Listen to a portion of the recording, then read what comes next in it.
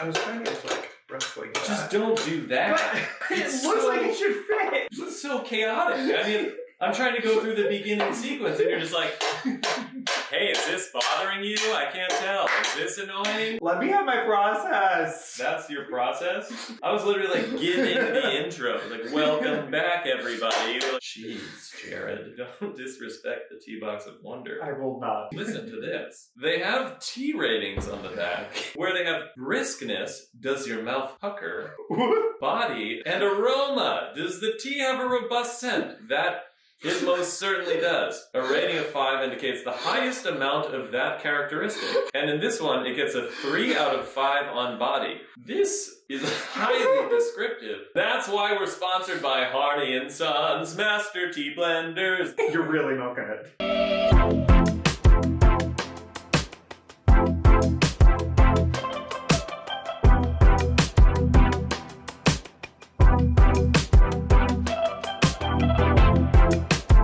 Today we're bringing energy.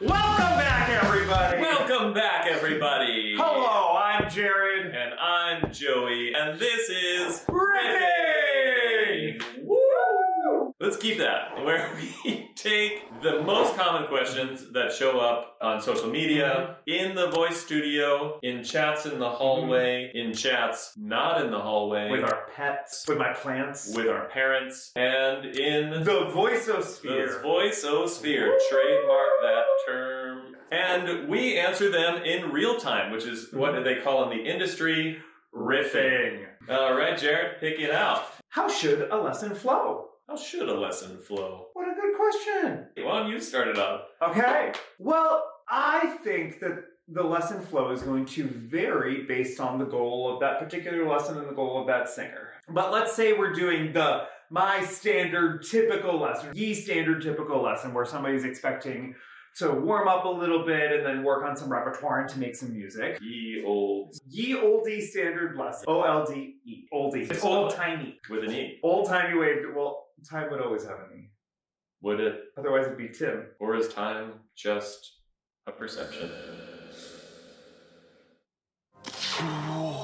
I was just saying it would have 2 E's. Tiny. Or T-I-M-E-Y. Timmy. I think that's how Timothy Chalamet spells I his think name. so. He can confirm. We'll bring him in next We'll time. bring it, yeah, I'll call it. So I think that a general lesson is going to want to involve some degree of vocalizing, but having some specific goals for that vocalizing. If we're thinking musical theater lessons, because that's the majority of what we're doing, we are going to want to, if they haven't sung already that day, start with a little SOVT.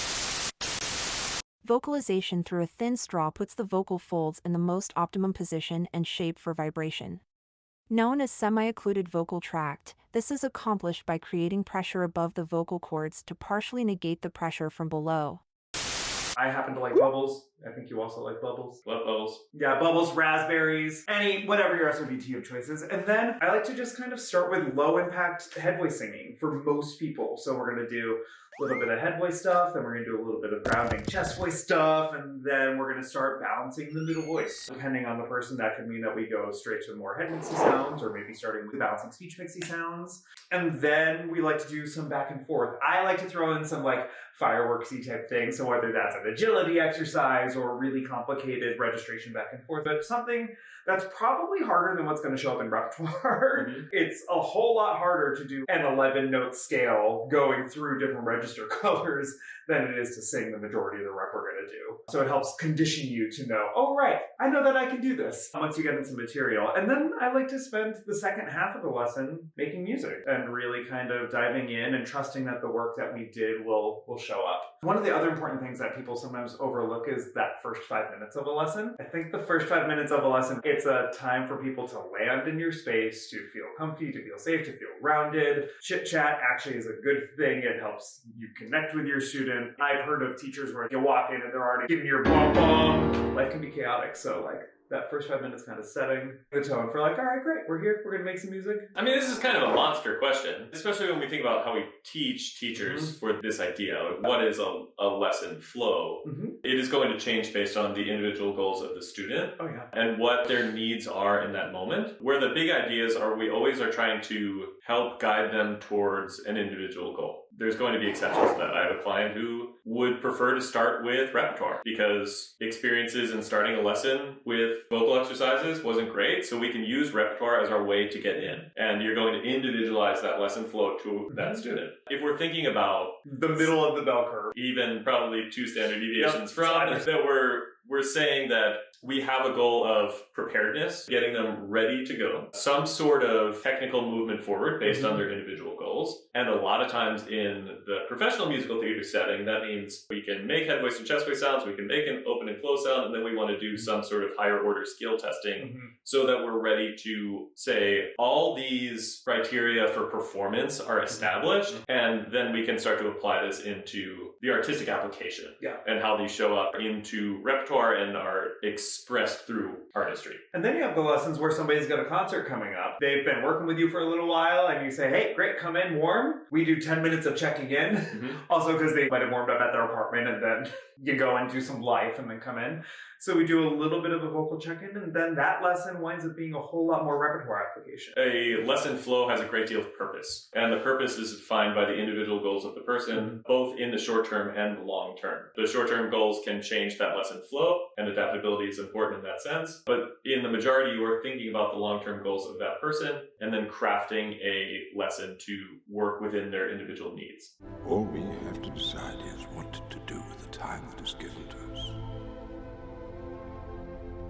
If we're thinking about these 3 skills, where are they on those 3 skills, and what is a reasonable step forward for us to be making so that way they can understand also where they can practice on their own? This kind of harkens back to a previous video of ours. The purpose of a lesson flow was to help them for the rest of their singing life, as the majority of their singing life doesn't happen with you. So if you create a cohesive flow where people realize that, you know, I go through all these different types of sounds that I make, I realize that these sounds are a little harder for me to coordinate, so I spend more time on them in my lesson. I should probably, you know, spend some more time coordinating them on my own. And maybe that's worth talking about just a little bit. Jared and I have created the almighty table of voice building, which we can reference here. Where we sort of map out, in any singer that we're working with, if this is the flow that we're going to be experiencing, we're trying to identify where they are on this continuum of voice building skills and then trying to progress them and scaffold their learning along as we go based on the specific checkpoints that we're looking for, where the end destination is a professionally viable musical theater voice. And then if you are working with a pro, it could be that you check in with all the sounds and then we spend 25, 30, 40 minutes on one coordination. I did that a couple days ago with somebody who really is an adept belter,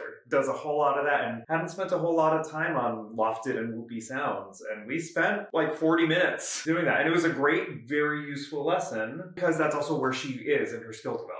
That joint learning context with the student is agreed upon and you're both in that conversation together. And that's what the majority of a standard lesson flow is going to look like. As a teacher, you're going to be adaptable to individualizing that lesson based on the individual learner and perhaps some different short-term variable that would change how that lesson flow is structured. Say you're kind of toward the beginning of your teaching journey. What functions should I be going through? I think a really nice general flow is start with an SOBT, move on to some head voice function, quiet head voicey sounds, move on to your chest voice, and then start balancing speech in the middle, doing head voice based speech, doing chest voice based speech, and then moving into call work and some registration back and forth. If you can go through those 6 or 7 concepts in most lessons for musical theater singers, that is a solid lesson flow. And if you want to learn more about that, we do offer courses. We do! At BroadwayVox. Cheers. Cheers. For teachers along their journey. We're not just an advertisement for Harney and Sons Tea. We also advertise for our own products. That we do. And we would love to have you. We have a blast. It's a lot of fun. Yeah, we do love teaching teachers. Yeah, we do.